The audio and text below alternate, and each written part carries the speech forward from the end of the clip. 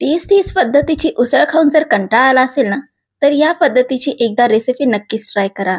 तर नमस्कार मंडळी, स्वागत आहे तुमचं सर्वांचं दीक्षाच पीसफुल किचनमध्ये. तर आज मी आपल्यासोबत अगदी झणझणीत आणि चविष्ट अशी उसळची रेसिपी शेअर करत आहे. महत्त्वाचं म्हणजे याचं जे वाटण आहे ते एकदम आपण गावरान पद्धतीने बनवूयात. म्हणजे गावाकडील लोक जशी ही उसळ बनवतात त्याच पद्धतीची रेसिपी आज मी आपल्यासोबत शेअर करणार आहे. फक्त थोडाफार बदल इथे मागं पुढे केला जातो, ही प्रत्येक रेसिपीमध्ये असते. चला तर मग रेसिपी बघून घेऊयात. पण त्याआधी जर तुम्ही चॅनलवर नवीन असाल तर प्लीज चॅनलला सबस्क्राईब आणि व्हिडिओ आवडला तर व्हिडिओला लाईक नक्कीच करा. तर सर्वात आधी आपण इथे वाटणाची तयारी करणार आहोत. तर वाटण्यासाठी मी इथे एक मीडियम साईजचा कांदा, एक मीडियम साईजचा टोमॅटो आणि 4-5 इंच इतकं मोठं इथं खोबरं घेतलेलं आहे. आता या सर्व जिन्नसांना आपण भाजून घेऊयात. तर मी इथे अशा प्रकारे याला भाजत आहे. या ठिकाणी तुम्ही हे सर्व जिन्नस बारीक चॉप करून देखील तुम्ही यांना भाजू शकतात. पण असं करण्यामागचं रिझन एक, असं जेव्हा आपण भाजतो या सर्व जिन्नसांना त्यामुळे आपला जो भाजी आहे त्याला खूपच छान असा कलर येतो. म्हणून ही प्रोसेस तुम्ही अशाच पद्धतीने फॉलो नक्कीच करा. आता सर्वात आधी इथे आपण खोबरं भाजून घेतलेलं आहे. खोबरं भाजायला आपल्याला जास्त वेळ अजिबात लागत नाही. अगदी 1 मिनिटामध्ये मस्त खरपूस असं आपलं खोबरं भाजून निघतो. आता त्यानंतर आपण इथे एक टमाटा होता त्याला देखील असं छानसं इथे भाजून घेतलेलं आहे. याला भाजायला देखील आपल्याला जास्त टाइम लागत नाही. फक्त जास्त टाइम लागतो कुठे, ते म्हणजे कांदा भाजण्यासाठी. तर कांदा आपल्याला असा मस्त काळा कुळकुळीत करून घ्यायचा आहे, जेणेकरून तो आतमधून देखील शिजेल आणि बाहेरून देखील त्याला छानसा कलर येईल. चला तर मग आता आपण पुढची प्रोसेस करूयात.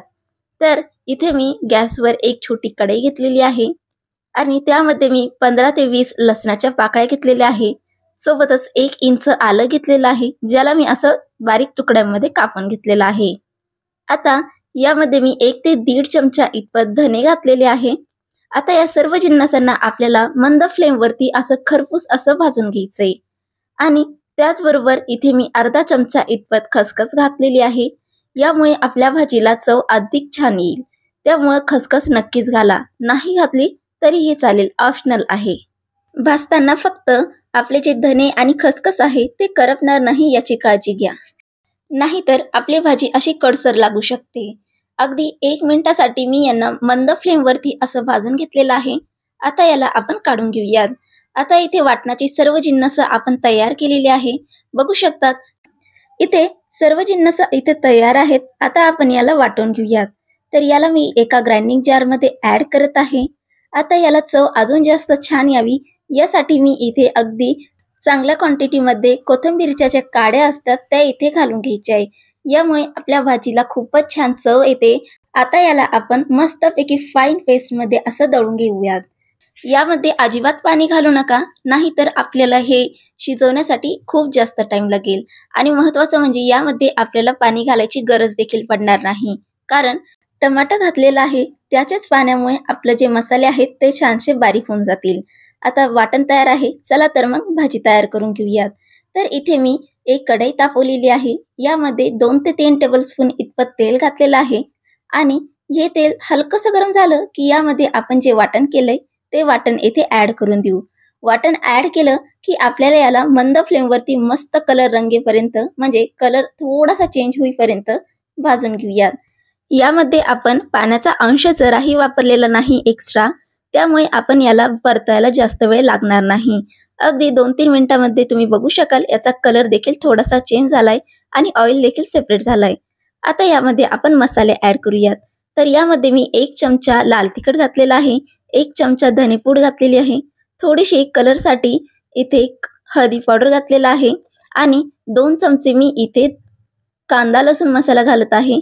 या ठिकाणी तुम्ही कोणताही साठवणीचा मसाला इथे घालू शकतात. त्याचबरोबर अगदी छोटा चमचा मी इथे गरम मसाला घातलेला आहे. आता या सर्व मसाल्यांना आपण मंद फ्लेमवरती मस्त असं भाजून घेऊयात.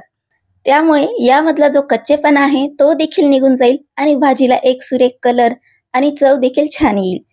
हे अशी प्रोसेस जर फॉलो केली ना तर तुमच्या भाजीला इतकी छान अशी तरी येईल ना, जर ज्या व्यक्तीला तरीदार जेवण आवडतं ती व्यक्ती देखील याला खूप आवडीने खाईल. वाटण इथे थोडं थोडं असं कढईला स्टिक होतंय, त्यामुळे आपले जे मसाले आहेत ते व्यवस्थित भाजणार नाही आणि ते करपू पण शकतात. त्यामुळे हे अजिबात करपू नये आणि आपलं जे वाटण आहे ते तळाशी चिटकू नये यासाठी इथे आपण थोडंसं पाणी घालूयात. आता थोडंसंच पाणी घालायचं आणि याला चांगल्या प्रकारे मिक्स करायचं. बघू शकतात पाणी घातल्यामुळे मसाले आपले चांगले फुलले आहेत आणि थोडीशी क्वांटिटी डबल देखील झालेली आहे. तर इथे हे पाणी आटलंय त्यामुळे मी इथे थोडंसं एक्स्ट्रा पाणी घालत आहे. आता हे जे वाटण आहे जसं जसं घट्ट होत जाईल तसं तसं हे अंगावरती उडू शकतं. त्यामुळे यावरती आपण झाकण ठेवूयात आणि याला तेल सेपरेट होईपर्यंत शिजून घेऊयात. त्यामुळे आपला जी भाजीला तरी आहे ती खूपच छान येईल. तर इथे मी 2-3 मिनिटासाठी मंद फ्लेमवरती याला परतून घेतलेलं आहे. बघू शकता तेल सेपरेट झालेलं आहे आणि मसाले देखील अजिबात करपलेले नाहीत. एकदा मिक्स करून घेऊयात.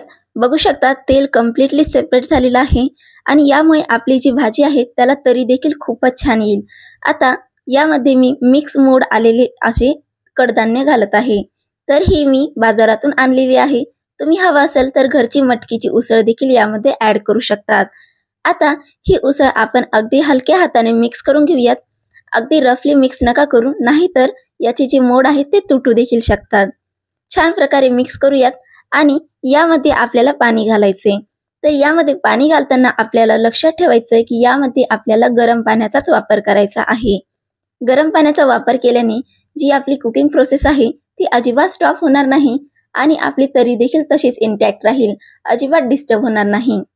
यामध्ये मी 2 कप पाणी घातलेलं आहे आणि याची कन्सिस्टन्सी ऍडजस्ट केलेली आहे. मी ही भाकरीसोबत सर्व करत आहे म्हणून याची कन्सिस्टन्सी थोडीशी पातळ ठेवलेली आहे.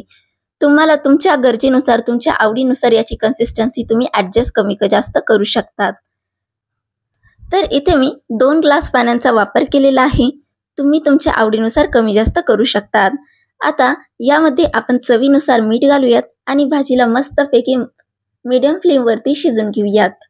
तुम्ही ही भाजी झटपट करायची असेल तर कुकरचा वापर देखील इथे करू शकतात.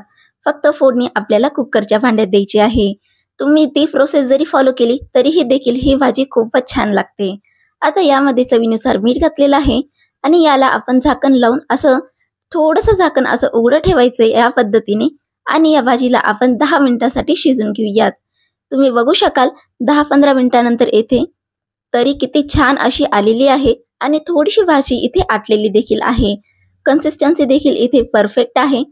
तुम्ही ही आता जरी खाल्ली तरीही चालेल, पण ही भाजीमध्ये थोडीशी कसर वाटत होती म्हणून मी याला अजून 5 मिनिटासाठी शिजून घेतलेला आहे. 5 मिनिटानंतर तुम्ही बघू शकतात याची तरी आणि कलर अगदी छान आलेला आहे. याला मी टोटल 15 मिनिटासाठी शिजून घेतलेला आहे. आता यावरती मी बारीक चिरलेली हिरवी कोथिंबीर घालत आहे आणि लगेच याला सर्व करत आहे. गरम गरम भाकरीसोबत ही भाजी चवीला इतकी छान लागते ना की विचारूच नका. आजकाल तसाही उन्हाळा चालू आहे त्यामुळे तुमच्या डाएटमध्ये ज्वारीची मिलेट नक्कीच ऍड करा. बघू शकतात थंड झाल्यानंतरही भाजीची चव टेक्स्चर अजिबात चेंज झालेला नाही आणि तरी देखील तशीच इंटॅक्ट आहे. आणि बघा तयार आहे आपली झणझणीत अशी मटकीची उसळ.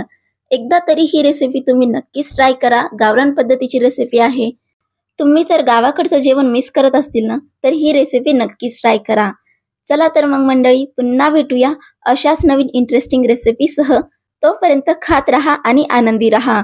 आणि हो महत्वाचं म्हणजे चॅनलवरती नवीन असाल तर प्लीज चॅनलला सबस्क्राईब करा आणि रेसिपी जर आवडली तर व्हिडिओला लाईक नक्कीच करा आणि जास्तीत जास्त शेअर नक्कीच करा. चला तर मग पुन्हा भेटूया मंडळी.